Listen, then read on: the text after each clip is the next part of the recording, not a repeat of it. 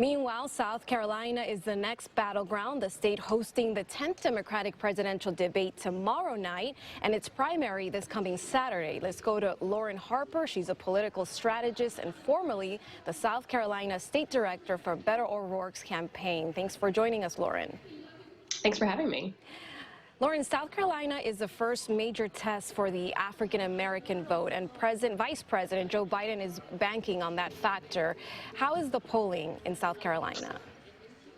Yeah, we're seeing a lot of support for Vice President Biden here, as he's spent a lot of time in the state over the past couple of years campaigning, and also over the course of his tenure as a candidate, as an elected official. So he's really trying to make sure that he can hold down the vote that he's felt like he's secured over the past few years. So we're seeing he went to a black church on Sunday morning and was articulating that he wants to be able to earn people's vote, not just expect it, which was a good and respectable thing for him to go about. Lauren, Tom Steyer is polling in third place in South Carolina. Is that surprising to you?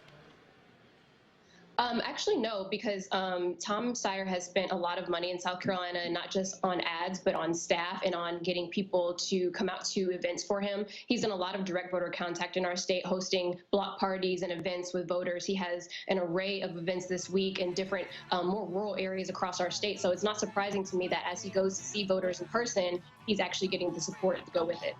How are other candidates like Klobuchar and Buttigieg doing there? Do they have support among non-white voters? I would say I haven't seen a lot of support for Klobuchar from black voters. I have seen more from Mayor Pete Buttigieg's campaign. He had Miss Black America in town this week as a surrogate, and he was also at church on Sunday in a black church. So he's doing a lot of groundwork as well, and so he probably will get some support in that. I just don't know if it would be as substantial as he would have liked. And South Carolina Democratic Representative James Clyburn will be announcing his endorsement on Wednesday. How key will this be? That'll be pretty essential. I think black voters are looking to what has been a very sound and respected voice in the Democratic Party over the past several decades. And Congressman Clyburn, they really appreciate his opinion, and so I think that they will look to see what he says and take that seriously, because a lot of black voters are still undecided. And Lauren, as the first state in the South to hold a primary, what influence does South Carolina have on the race moving forward?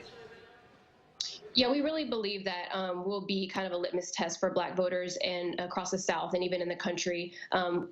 South Carolina obviously has more of a conservative base, but obviously with more younger voters in the ranks and voting these days, we'll be able to see a lot more diversity in age across the state in voting this year. So it'll be interesting to see how millennial and Gen Z voters who may be voting for the first time in this primary come out and support their candidate. So that'll be substantial as well. And tomorrow is going to be the 10th Democratic presidential debate. What are you looking for? I'm very interested to see the interaction between Vice President Biden and Senator Sanders and Tom Steyer, just to see who comes out on top, essentially, and who makes a really compelling case to black voters and just voters in general as well. I'm trying to see who South Carolina will support will be very interesting, whether it would be more ideologically to the left or more moderate. Will be an interesting thing to see for us over the next few days. Thank you, Democratic strategist Lauren Harper, for your time and your analysis.